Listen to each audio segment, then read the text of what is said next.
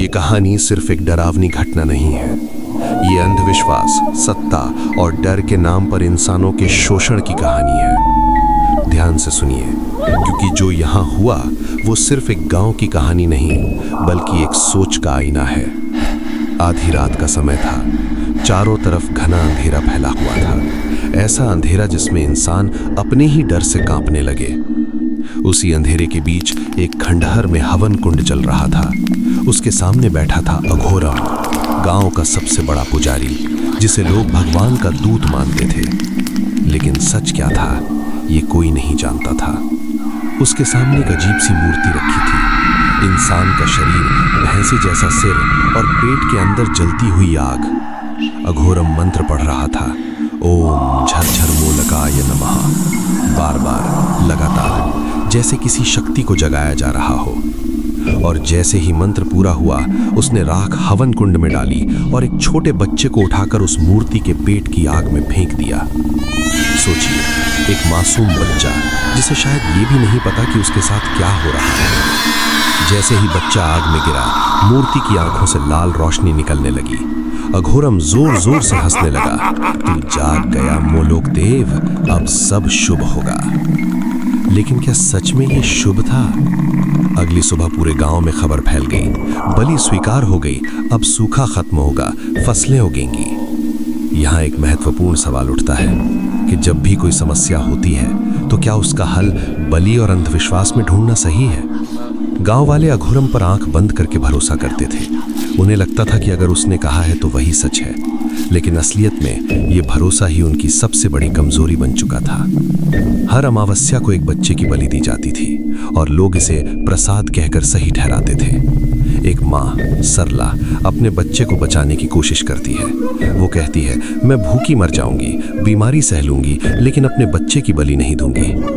लेकिन गांव, समाज और डर तीनों मिलकर उसकी आवाज को दबा देते हैं। यहाँ एक और बड़ा मुद्दा सामने आता है। जब समाज किसी गलत चीज को परंपरा का नाम दे देता है, तब सही और गलत की पहचान खत्म हो जाती है।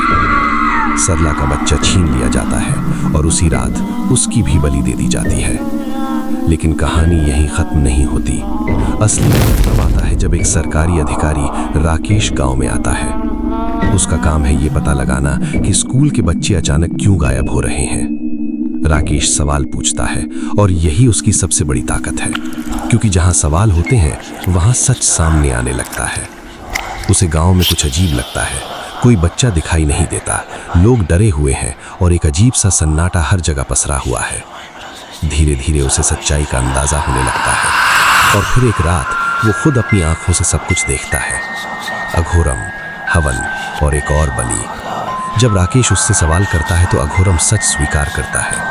वो कहता है, ये कोई देवता नहीं, ये शैतान है और मैं उसकी पूजा करता हूँ। इन मासूम बच्चों की बलि देकर मैं अपनी शक्ति बढ़ा रहा हूँ। यहाँ सबसे खतरनाक बात क्या है, ये कि अघोरम सिर्फ एक इंसान था, लेकिन लोगों के अंधविश्वास ने उसे भगवान बना दिया। जब सच्चाई गांव वालों के सामने आती है तो उनका भरोसा टूट जाता है और जब डर खत्म होता है तब इंसान खड़ा होता है। गांव वाले मिलकर अघोरम को उसी आग में झोंक देते हैं जिसमें उसने न जाने कितने बच्चों की बलि दी थी। इसके बाद गांव बदल जाता है। बच्चे फिर से खेलने लगते हैं, लोग खुश रहने लगते हैं। लेकिन कहानी यहीं खत्म नहीं होती, क्योंकि असली खतरा सिर्फ एक इंसान नहीं होता, बल्कि वो सोच होती है जो उसे जन्म देती है। कई साल बाद उसी खंडहर में एक आदमी आता है और मिट्टी खोदकर उसी मूर्ति को फिर से बाहर निकालता है। वो कोई और नहीं, अघोरम का बेटा होता है। वही लाल आंखें, वही खतरनाक मुस्कान, और वो अपने पिता की आत्मा को फिर से उस मूर्ति में स्थापित कर देता है। यानी अघोरम वापस आ चुका है। अब सवाल ये है कि क्या हर बार कोई राकेश आएगा जो सच सामने लाएगा, या फिर हम बार बार उसी अंधविश्वास के चक्र में फंसते रहेंगे? ये कहानी सिर्फ एक हॉरर स्टोरी नहीं है, ये एक चेतावनी है। जब भी कोई आपको डर दिखाकर अंधविश्वास के नाम पर कुछ गलत करने को कहे तो सवाल पूछिए, क्योंकि बिना सवाल के सच कभी सामने नहीं आता।